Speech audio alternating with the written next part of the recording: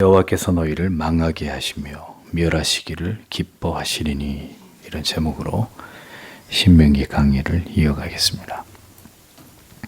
인생을 지나가는 동안 우리에게 일어나는 모든 일들을 통해서 성도는 하나님과 우리의 관계를 언제나 진지하고 깊이 점검하는 그런 중요한 계기로 삼아야 할 것입니다. 특별히 그것이 즐겁고 감사한 형통한 일보다는 뜻밖의 고통과 슬픔과 괴로움을 우리에게 안겨주는 일들이라면 더더욱 겸비한 마음으로 그 모든 일들을 통해 우리에게 보이시려고 하시는 주님의 뜻을 우리가 구하면서 총체적으로 우리의 신앙을 돌아보고 점검하는 기회로 삼을 필요가 있습니다.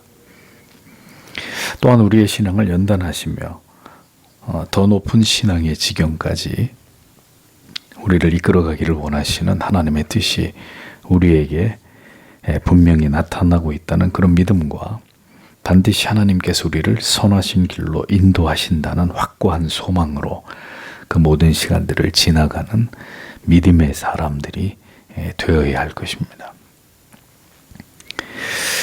전적으로 타락하고 무능하고 부패한 인간은 하나님의 뜻을 따라 하나님의 기뻐하시는 길로 행하기보다는 언제나 우리의 생각과 뜻과 고집대로 우리가 원하는 길로 향하기를 더 기뻐하는 아둔하고 어리석은 존재에 지나지 않습니다.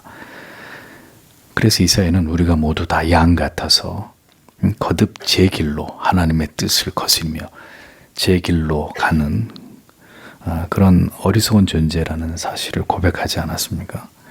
그래서 하나님이 하나님의 원하시는 것이 아니라 할지라도 인생을 다듬어가고 훈련하고 교훈하시기 위해서 불가피하게 우리에게 고난과 시련과 아픔과 고통을 주실 때가 분명히 있다는 것입니다. 누구도 그것이 필요 없을 만큼 하나님 앞에 지혜롭고 올바르고 항상 선할 수는 없기 때문이죠.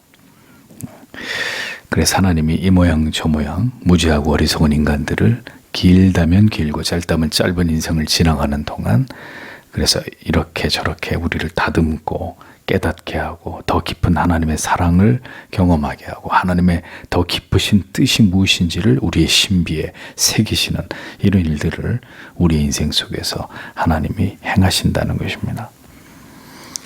하나님의 말씀을 순종치 않는 대가는 절대로 가볍지 않습니다. 우리가 하나님의 말씀에 순종하지 않아도 그다지 큰 문제가 일어나지 않는다고 생각하는 것은 아직 그 모든 불순종을 통한 하나님의 징계가 하나님의 오래 참으심 가운데 신속하게 우리에게 주어지지 않기 때문입니다.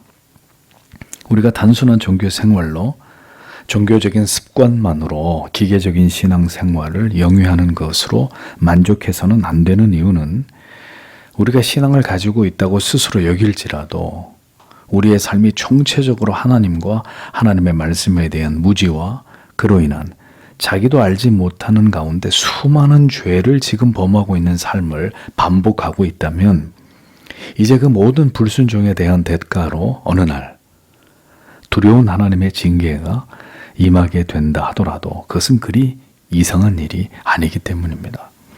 물론 하나님은 징계를 받게 하기보다는 수없이 많은 시간 동안 말씀을 통해서 깨닫게 하고 돌이키게 하고 그것이 하나님이 기뻐하는 길이 아니라고 거듭 말씀하십니다.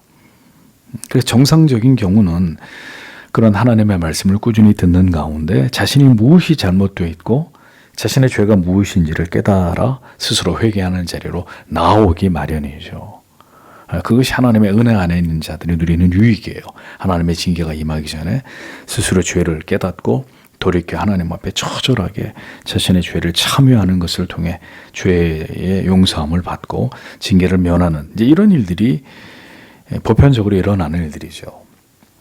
그것은 하나님의 말씀과 바른 관계 안에서 끊임없이 경건에 이르기를 진력하고 영적으로 깨어 있을 때 이야기입니다. 하나님의 말씀을 주의 깊게 듣지도 않고 그래서 자신이 지금 어느 길로 행하고 있는지조차도 제대로 알지 못하고 있는 그런 영혼일 경우에는 기어이 하나님의 징계가 그에게 임하게 되면 피할 수 없는 일이 되는 것입니다.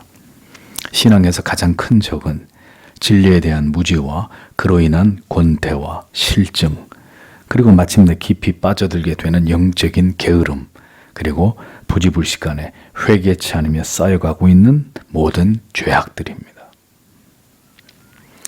이는 언제나 영적인 침체로 이어지게 되어 있고 그 결과는 결국 이제 하나님의 처절한 징계를 통한 깨달음과 회개가 될 수밖에 없는 것입니다.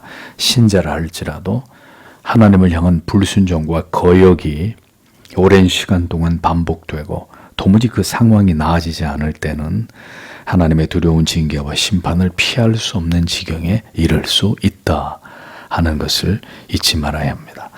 성경은 하나님께서 어떻게 하나님을 버린 이스라엘 백성들에게, 하나님의 자녀들인 우리들에게 그 진노를 보이시는지를 계속해서 말씀합니다. 그래서 62절, 63절을 다시 보면 너희가 하늘의 별들같이 많았다. 그리고 아주 적은 수의 남자들이 남겨지게 될 것이다. 왜냐하면 내가 네 하나님 여호와의 음성을 순종치 않았기 때문이다. 그리고 그것이 일어날 것이다. 여호와께서 너희에게 선을 행하기를, 그리고 너희를 번성케 하기를 기뻐하시던 것 같이 그와 같이 여호와께서 너희를 멸망케 하기를, 그리고 너희를 황폐케 하기를 기뻐하실 것이다. 그리고 내가 소유하기 위해 거기로 들어가는 그 땅에서부터 너희가 뽑힐 것이다. 이렇게 기록이 되어 있습니다. 자, 이 신명기 28장 긴 장에서 계속 반복해서 말씀하시는 게 있습니다. 하나님을 상실하면 하나님께서도 우리에게 큰 상실을 경험하게 하신다 하는 거죠. 하나님을 버리고 하나님의 말씀에 대한 불순종의 대가는 실로 결코 작지 않습니다. 이스라엘 백성이 하늘의 별같이 높임을 받고 그 수가 하늘의 별처럼 충만하기까지 하나님이 은혜를 그들에게 베풀어 주시지만 그들이 하나님을 잊을 때, 하나님께 불순종할 때, 그들의 죄를 깨닫고 하나님께 돌이키지 않을 때 하나님은 이스라엘을 이전에 작고 초라한 그때로 다시 돌아가게 하시겠다 이렇게 말씀하고 있습니다. 남은 자들이 얼마 되지 못하도록 이렇게 한글 성경이 번역이 돼 있어요. 좀 더 정확하게 번역을 하면 아주 적은 수의 남자들만 남겨지게 하시겠다 이런 뜻입니다. 이스라엘의 대부분의 남자들이 죽게 된다 그런 뜻입니다. 전쟁이 일어나면 어떤 일이 벌어집니까? 많은 수의 남자들이 죽임을 당합니다. 전염병의 창궐에도 마찬가지죠. 그 민족의 근원, 힘의 근원이 되는 남자들을 하나님이 다 죽인다는 거죠. 많은 남자들을 하나님이 이스라엘의 남자들을 죽음으로 몰아넣으시겠다. 하나님이 우리를 지키시고 돌보시지 않으면 우리는 한순간에 모든 것을 잃어버릴 수 있는 것입니다. 가장 힘이 세고 자기들이 강하다고 생각하는 이스라엘의 남자들부터 하나님이 다 죽이는 거예요. 한순간에 모든 것을 잃어버릴 수 있다. 이것을 절대로 잊어서는 안 됩니다. 젊은이들이 잡혀가고 처녀들이 욕보임을 당하고 아이들이 죽임을 당하고 심지어 자식을 잡아먹게 되는 비참한 지경에 이르게 되고 수많은 이스라엘의 남자들이 죽임을 당하는 재앙 같은 일들이 일어난다. 신명기는 여과 없이 이스라엘이 하나님 앞에서 받아야 될 그 징계에 대해서 기록하고 있습니다. 그러나 하나님께서는 언제나 그 사랑하시는 백성들이 하나님께서 베푸시는 선하심을 통해서 번성하고 흥왕하기를 사실은 하나님은 더 원하십니다. 그런데 언제나 그 하나님의 뜻을 거스리면서 우리가 넘어지기를 기대하는 존재가 있어요. 그게 누구예요? 사탄 마귀죠. 그러하게 끊임없이 사탄은 우리의 마음속에서 우리를 미혹해서 죄에 빠지게 하고 하나님과 멀어지게 하고 세상을 가까이 하게 하고 내 자신만을 사랑하게 하면서 살아가도록 끊임없이 우리의 마음과 생각을 지배하는 존재입니다. 끊임없이 하나님과 인간 사이를 이간시키고 그 관계가 분리되게 만드는 존재가 사탄이란 말이죠. 우리가 진리 안에 깨어있고 성령을 따라 행하지 않으면 우리는 언제나 죄악 가운데 무너지게 되고 하나님을 멀리한 채로 점점 하나님께 불순종하면서 자기의 뜻과 고집을 따라 살아가는 삶에 얽매이게 되어 있습니다. 돌이켜 회개함으로 자신의 영혼을 진리 위에 올바로 세우고 하나님을 경외하는 도를 쫓아 행하지 않으면 점점 성도의 마음과 삶은 황폐해지게 되어 있고, 그렇게 습관을 쫓아 하나님을 신앙하는 삶으로는 결국 하나님의 징계와 심판을 피할 수 없는 지경에 이르게 된다. 우리가 이것을 분명히 기억해야 되는 거죠. 하나님을 신앙하지 않는다고 말하는 신자는 없습니다. 교회를 다니는 성도 가운데 교회를 다니고 있는데 난 하나님 신앙하지 않습니다. 하나님 사랑하지 않아요. 이렇게 말하는 신자는 없어요. 영적으로 깊은 침체와 죄 가운데 있는 자들도 하나님을 신앙한다고 대답합니다. 문제는 그들의 의지로도 결코 돌이키지 못하는 죄에 사로잡혀 있는 무기력한 삶을 살아가고 있다는 거죠. 하나님을 사랑하고 하나님을 신앙하니까 주일이면 습관처럼 교회에 온단 말입니다. 형식적으로 예배 드린다고요. 근데 문제는 돌이키지 못하는 죄에 사로잡혀 있다. 그들의 삶이, 그들의 의지가 절대로 거기서 벗어나지 못하고 예배 드리면 또다시 현실로 돌아가서 또 죄를 짓고 절대로 불신자와 다르지 않는, 불신자와 방불한 삶을 살아가는 절대 다수의 그리스도인들이 존재한다는 것입니다. 결국 모든 것을 잃어버리고 우리가 망하게 될 때, 우리가 누리던 모든 것을 잃어버리게 될 때 비로소 깨닫는 거예요. 우리가 하나님을 버렸구나. 하나님께 철저하게 불순종하는 삶을 오늘까지 살아왔구나. 그러니까 그런 일이 일어나기 전까지는 언제나 죄인은 자기 자신에게 후한 점수를 준다고요. 오늘도 교회 갔다, 예배 드렸다. 응? 그럼 된 거 아니냐. 난 하나님을 신앙하고 있다. 하나님께서 우리를 번성케 하실 때 기뻐하셨듯이 우리가 이제는 더 이상 하나님을 경외하고 사랑하며 그 도에 복종하는 백성이 아닌 하나님을 멀리하는 자들이 하나님의 멸망의 징계를 받게 될 때 하나님께서는 그 일을 행하기를 기뻐하시고 결국 그들이 얻은 땅에서 그들이 모두 쫓겨나가게 되기까지 처절하게 하나님이 그들을 징계하신다. 오늘 성경이 그렇게 말씀하죠. 다 그들을 쫓아내버린다. 그런데 여러분, 이 성경을 그대로 이해하시면 안 돼요. 멸하기를 기뻐하셨다라는 표현을 주목해 보십시오. 정말 하나님께서 자기 백성들을 멸하시는 것을 기뻐하셨을까요? 그런 하나님이 결코 아니십니다. 이것은 하나님의 공의가 그만큼 매우 칼날같이 집행되고 그것이 그대로 성취된다는 것을 역설적으로 표현하는 것입니다. 하나님께서는 악인들이라 할지라도 그들이 그 죄악 가운데 멸망당하는 것을 기뻐하시지 않는 하나님이십니다. 에스겔서에서 분명히 말씀하셨죠. 하물며 하나님께서 택하신 백성들이 하나님을 버림으로 인해서 징계를 당하는 것을 하나님이 기뻐하실 까닭이 있겠습니까? 끝내 돌이켜 회개하지 않는 자가 얼마나 하나님의 크신 징계를 받게 되는지를 생생하게 묘사하시면서 한편으로 하나님의 애타하시는 마음을 절절하게 묘사하고 있는 그런 표현이 바로 이 의미입니다. 멸하기를 기뻐하셨단 말이에요. 결국 그러니까 뭡니까? 상실과 박탈이에요. 그게 하나님을 버린 대가라는 거예요. 그 징계라는 것입니다. 하나님께로부터 받았지만 하나님 없이 누리던 모든 것들을 하나님이 모두 회수해 가시는 것입니다. 하나님 때문에 누리던 모든 것들을 다 잃어버리게 된다는 거예요. 별같이 많았던 이스라엘 백성들 가운데 남은 자가 얼마 되지 못하게 하셨다. 자, 그렇게 되셨을 때 하나님의 마음이 어떠하시겠습니까? 별처럼 그 민족을 수다하게 하나님이 하셨다가 그들을 대부분을 하나님이 그들을 죽이셔서 그 수를 현저히 줄이실 때 하나님이 그 일을 쾌재를 부리시면서 하실까요? 그렇기 때문에 그런 일들이 일어날 때 우리는 생각해야 합니다. 이 모든 일들이 왜 지금 우리에게 일어나게 되었는지를, 이러한 조짐들이 우리 삶에서 발생하기 시작할 때 신자는 속히 하나님께 돌이켜 회개함으로 간절히 하나님을 찾는 자들이 되어야 한다는 거죠. 왜? 그게 하나님의 뜻이기 때문에 재앙을 주시는, 우리의 주신 모든 것들을 뺏어가고 거두어 가시는 그 궁극의 목적은 빨리 나에게 돌아오라. 그것이 하나님의 뜻이기 때문입니다. 64절에서 66절을 보십시오. 그리고 여호와께서 모든 백성들 중에 그 땅의 이쪽 끝에서부터 그리고 그 땅의 저쪽 끝까지 너를 흩으실 것이다. 그리고 너와 내 조상들이 결코 알지 못하던 다른 신들을 나무와 들을 거기에서 내가 섬길 것이다. 그리고 이러한 나라들 중에서 내가 결코 안식을 얻지 못할 것이다. 그리고 내 발바닥을 위한 휴식이 결코 없을 것이다. 그리고 여호와께서 너에게 거기서 떨리는 마음과 쇠잔한 눈과 산란한 영을 주실 것이다. 그리고 너의 생명들이 내 앞에 매달려 있을 것이다. 그리고 너는 낮과 밤에 두려워할 것이다. 그리고 너는 결코 내 생명들을 신뢰하지 못할 것이다. 이렇게 기록되어 있습니다.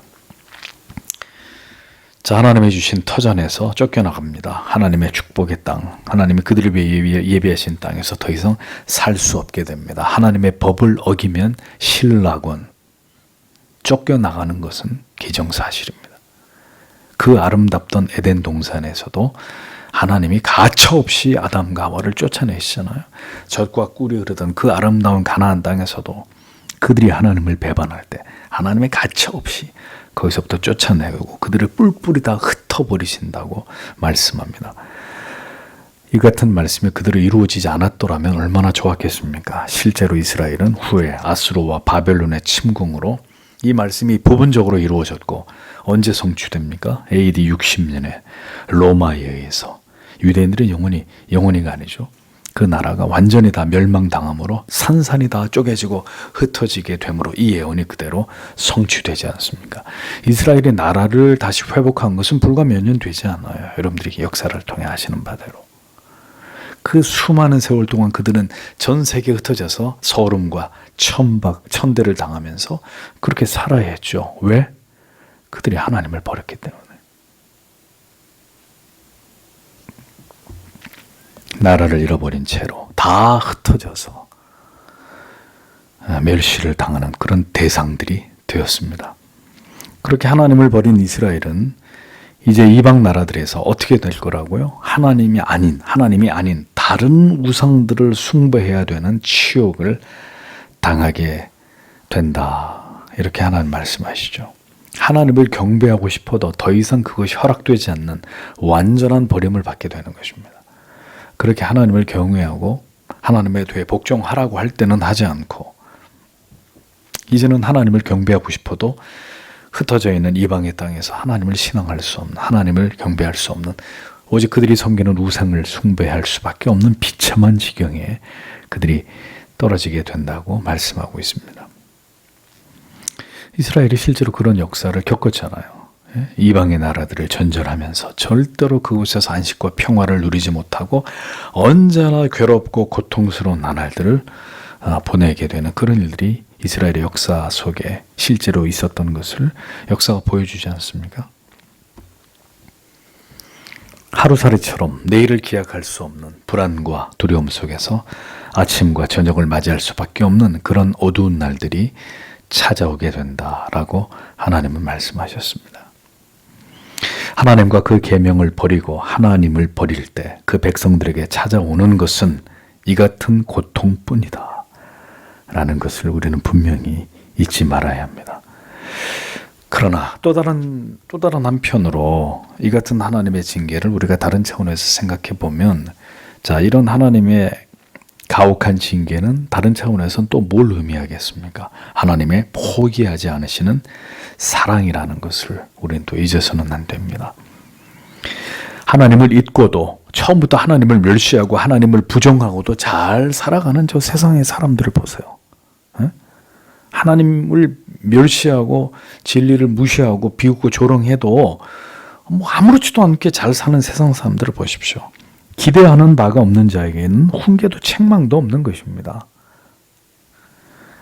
하나님께서 이스라엘 백성들을 사랑하시기에 이같이 그들의 불순종과 그들이 하나님을 버린 것에 대해서 하나님이 진노의 채찍을 드시는 거예요. 그들이 언제나 불안과 공포에 떨어야 했고 그들이 언제 죽을지 알 수 없는 그런 위험 가운데 살아가야 했습니다. 이것이 바로 하나님을 버린 이스라엘에게 찾아온 하나님의 징계였습니다. 하나님의 품을 떠날 때 얼마나 그들이 두려움과 불안과 공포를 맛볼 수밖에 없는지를 하나님이 이스라엘이 생생하게 경험하기를 원하셨던 것입니다. 성경에 마음은 떨리고 눈은 쇠하며 정신은 산란해지고 언제나 이 생명의 위협 속에서 살아가야만 되는 이런 나날들이, 언제나 미래적인 불안 속에 떨 수밖에 없는 그런 날들이 엄습하게 된다는 거죠. 우리를 지키시는 분이 우리에게서 떠나갈 때 우리의 삶이 얼마나 비참하고 두려움에 떨 수밖에 없는지를 하나님께서는 분명하게 깨닫게 하신다는 겁니다. 성도 여러분, 이 땅에서 우리가 살아왔던 날들 속에 지금만큼 우리에게 불안과 염려와 두려움이 많았던 날들이 있었습니까? 저는 제 인생 속에 처음인 것 같아요. 이토록 모든 것들이 불확실하고 우려스럽고 염려스러웠던 때가 제 인생 가운데 이만큼 인생을 살아오는 어간에 있었던가. 우리가 어떤 시대를 지나가든 우리가 이토록 우리의 마음이 떨리고 우리의 눈은 쇠하여지고 정신이 산란해지는 이런 어려움과 불안과 염려를 우리가 지금 겪고 있다면 그것은 지금의 환경과 상황이 문제가 아닙니다. 그럼 뭐가 문제예요? 우리가 하나님을 잊고 살아가고 있다는 방증이 되는 것입니다. 지금 우리가 하나님을 잊고 살아가고 있다. 하나님의 계명에 불순종하는 삶을 살고 있다. 하나님이 원치 않는 그릇된 신앙에 묶여 있고 그것을 깨닫지 못하는 삶을 고집하고 있다.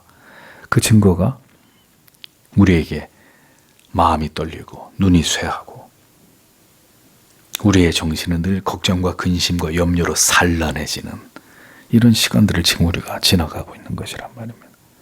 하나님을 버리고 하나님에게서 멀어질 때 하나님의 백성들은 가장 불안하고 초조하고 두렵게 살아가야 되는 날들이 기어이 우리에게 도래할 수밖에 없는 것입니다. 쉼이 없는 삶, 괴로움과 한숨과 고통으로 점철되고 있는 이 모든 삶의 원인이 무엇이냐? 왜 이토록 우리는 어둠 속에, 근심 속에 불안하고 염려하면서 살아가야 되느냐? 바로 지금이 우리의 신앙을 총체적으로 돌아보지 않으면 안 되는 때이기 때문입니다. 67절, 68절 보십시오. 내가 두려워하는 내 마음의 두려움으로 인하여 그리고 내가 보는 내 눈의 형상으로 인하여 아침에 너는 말할 것이다. 누가 저녁을 주겠는가? 그리고 저녁에 너는 말할 것이다. 누가 아침을 주겠는가? 그리고 여호와께서 베들로 내가 너희에게 말했던 그 길로 애굽으로 너를 끌어가실 것이다. 너는 그것을 결코 다시 보지 못할 것이다. 너희가 거기에서 스스로를 내 대적들에게 남종들과 여종들로 팔려고 할 것이다. 그러나 너희를 살 자가 없을 것이다. 이렇게 적고 있습니다. 하나님께서 하나님을 버린 그 백성들을 징계하실 때 그들은 영적으로, 육체적으로, 심적으로 총체적 두려움과 공포와 근심과 절망에 빠져들 수밖에 없다는 것을 성경이 계속 반복해서 우리에게 이것을 주입시키고 있습니다. 두려움으로 질식당할 것 같은 괴로움이 엄습해서 제발 속히 이 하루가 지나가기를, 아침이 왔으면 빨리 저녁이 오기를 바라고 저녁이 왔으면 빨리 아침이 오기를 고대하는, 그 삶의 모든 의미가 사라져버리고 이 고통스러운 날들이 그저 빨리 좀 지나갔으면, 이 어둠의 날들이, 이 절망적인 이 고통의 날들이 빨리빨리 제발 지나갔으면 좋겠다. 그렇게 괴로움의 날들로 우리의 인생이 가득 채워지게 될 수 있다고 경고하는 것입니다.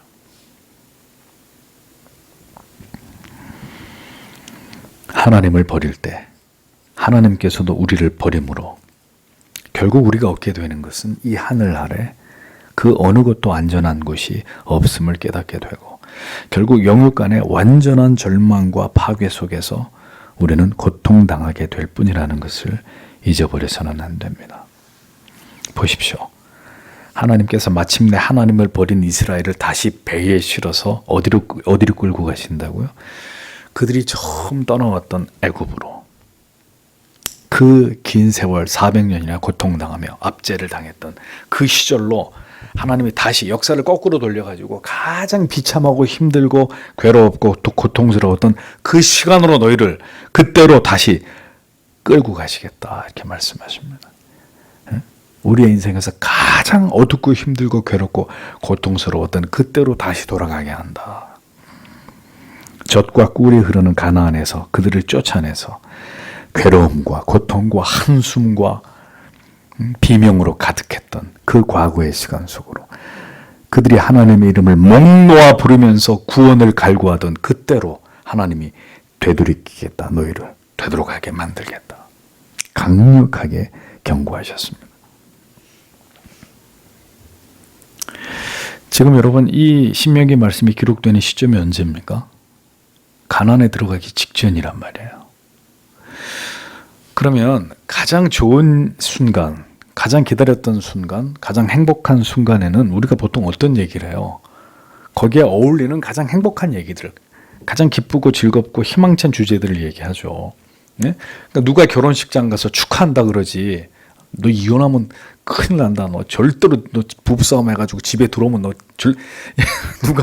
누가 부모가 오늘 결혼하는 자녀들에게 그런 얘기를 합니까? 행복하게 잘 살아라 이런 얘기를 하죠. 그런데 하나님이 지금 가나안에 막 입성하기 직전에는 이스라엘 백성들에게 하시는 말씀이에요. 지금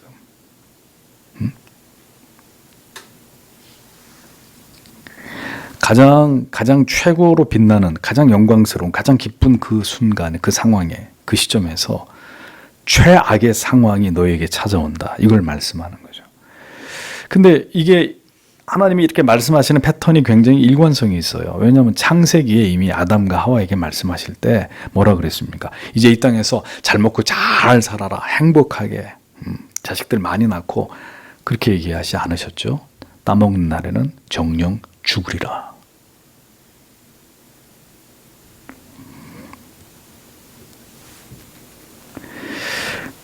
이 뜻깊은 시간에 가나안에서 내 말을 물론 그 축복의 말씀도 앞에 분명히 하셨어요. 근데 그 축복의 말씀에 몇 배에 해당되는 분량으로 그러나 너희가 이 나와의 축복의 언약을 깨면 이 몇 배의 분량으로 너희가 이런 저주를 반드시 이런 징계를 심판을 받게 된다. 아직 가나안에 들어가서 살지도 않았는데 가나안에서 쫓겨나서 다시 애굽으로 돌아가게 된다. 그 고통 속으로 다시 들어가게 된다. 이걸 말씀하고 계시는 거죠. 성도 여러분, 그래서 우리는 똑같이 이 성경의 말씀과 똑같이 사고할 필요가 있는 거예요. 여러분들의 인생에서 가장 행복한 날, 가장 축복스러운 날, 모든 것이 이보다 더 잘 될 수 없다고 생각하는 그날에 뭘 기억해야 되느냐? 야, 이제 내 인생 끝났어. 이제 고생 끝이야. 이제 앞으로는 이제 짱짱해. 절대로 내 인생에 이제 어려운 날들은 없어. 를 생각해서는 안 되고 이 모든 것을 잃어버릴 수도 있다. 내가 하나님을 버리면 하나님의 말씀과 규례와 율례를 따르지 않으면 하루아침에 이 모든 것들을 다 잃어버릴 수 있다 라고 생각해야 그가 하나님 앞에서 경건한 사람이고 하나님이 주신 그 축복을 은혜를 지킬 수 있다는 거죠. 근데 그렇게 하는 사람이 많지 않거든요. 그렇죠? 네. 그래서 이스라엘을 보면서 우리가 오늘도 이런 말씀을 보면서 참 어리석은 이스라엘 백성들이네 이런 생각을 하지만 우리도 별반 다르지 않을 거란 말이에요. 별반 이스라엘 백성들과 잊어버리지 마십시오. 가장 좋은 날은 하나님을 기억해야 돼요. 하나님의 말씀을 기억해야 돼요. 그리고 그분의 경고를 기억해야 되는 거예요.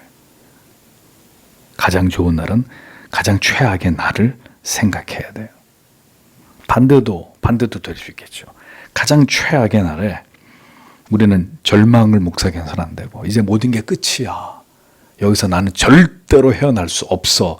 그걸 묵상해서는 안 되고 인생의 가장 최악의 날이 왔을 땐 하나님의 약속을 굳게 붙들고 반드시 여기서 하나님이 나를 건져내신다.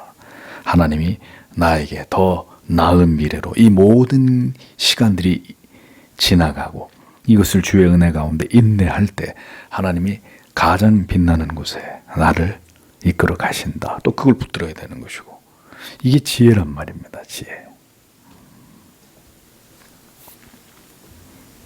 애굽으로 끌려가 그들의 조상들이 예전에 겪었던 그 고통의 노예 생활을 그들로 하여금 경험하도록 하시는데 사실 그보다 더 비참해져요. 왜?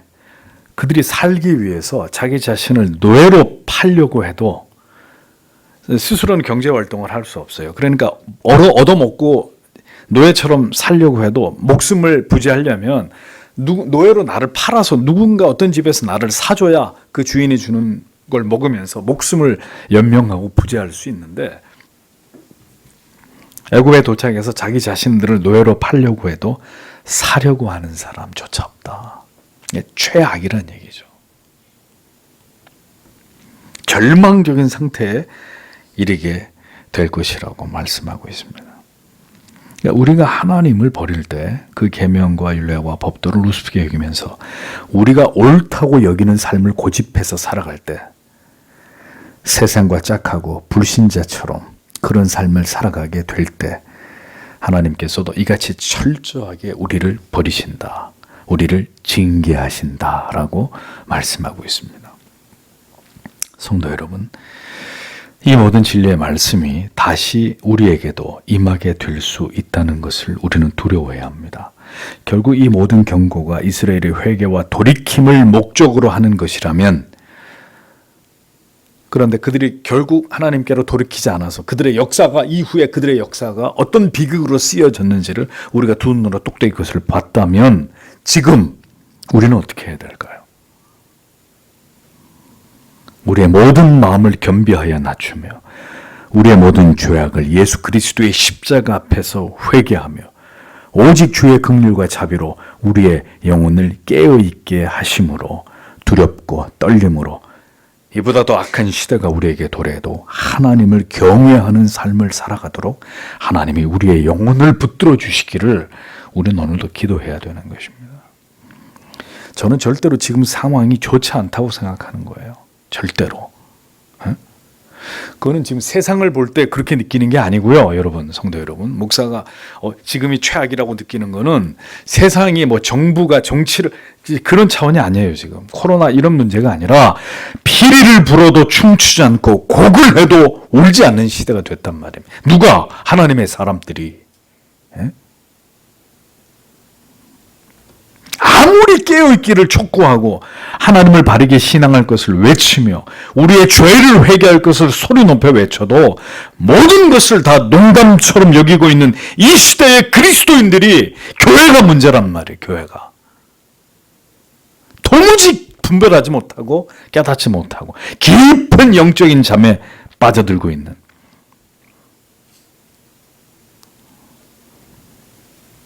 맛을 잃어버린 소금 같은 그저 쉽게 살려고 하는 그리스도인들이 그들을 볼 때 절망적이라는 거예요. 아, 기어이 하나님의 심판이 임하겠구나. 이런 생각이 지워지지 않는 것입니다.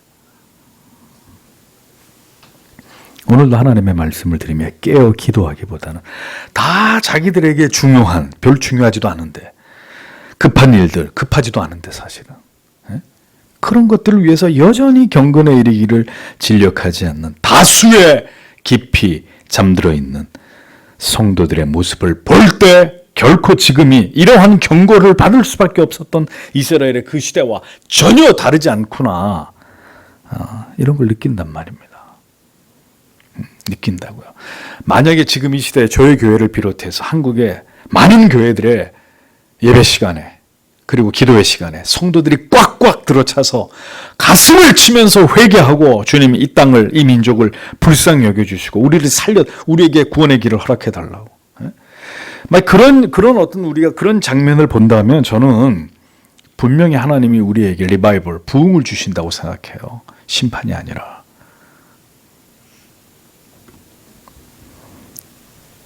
그런데 그런 그림은 찾아볼래야 찾아볼 수가 없단 말이죠. 지금. 무엇 때문에 우리는 이토록 염려와 걱정과 두려움 속에서 살아가지 않으면 안 되게 되었습니까? 왜 우리는 서서히 우리에게 다가오고 있는 멸망의 시간들을 느끼면서 우리의 마음이 때때로 어려워지는 것을 경험하게 되죠? 지금 어떤 사인이 우리가 살아가고 있는 이 시대에 우리의 마음에 영혼에 강력하게 다가오고 있는지를 성도 여러분 생각해 보십시오. 부디 우리 자신이 이 어두움 속에서도 깨어 있을 수 있도록 하나님께서 우리의 영혼과 마음을 붙들어 주시기를 기도하시기를 원합니다. 오늘도 어떤 성도님에게 전화를 받으면서 다른 교회 집사님이신데 어떤 목사님도 목사님처럼 설교하지 않는다고 얘기하시는 거예요. 본인 집사님 교회도 여러 부목사님들이 계시는데 그래서 그러면 안 된다고요. 누구든 그렇게 강력하게 이 시대의 죄를 설교하고 하나님 앞에 돌이켜 회개하기를 촉구해야 된다고.